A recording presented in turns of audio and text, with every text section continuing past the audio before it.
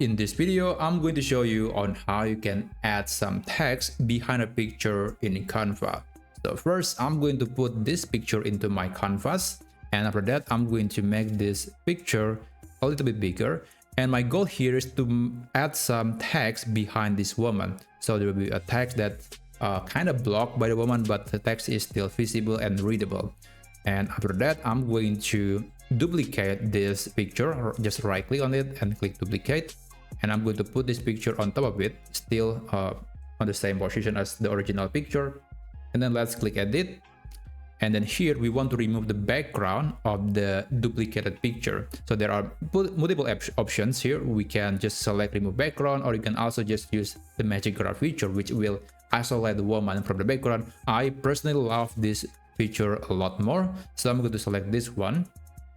And Canva AI will try to figure out what is the content of the picture, and then it will offer some area or some objects that I could isolate. I'm going to click on the woman and click grab.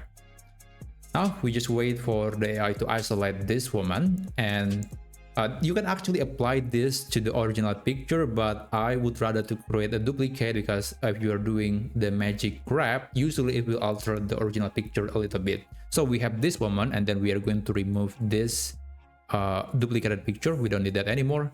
Click delete, and there you go. Now we have two women, actually just one, but we want to position that duplicated woman to be exactly on the same spot as before. And then we can go to text.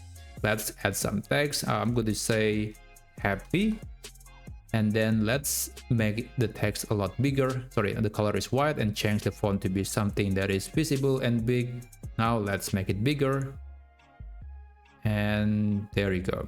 I think this is good enough. Let's add some effects. I'm going to add some lift to around 10%. And now this is the most interesting part. Let's right click and then click layer and send backward. Now we have some text that is positioned behind this woman. Pretty cool, right? And if you want to have a final control of the position of the text and the other elements, you can go to position, and then you will see that there is this background, and then there is text, and then there is this woman blocking the text.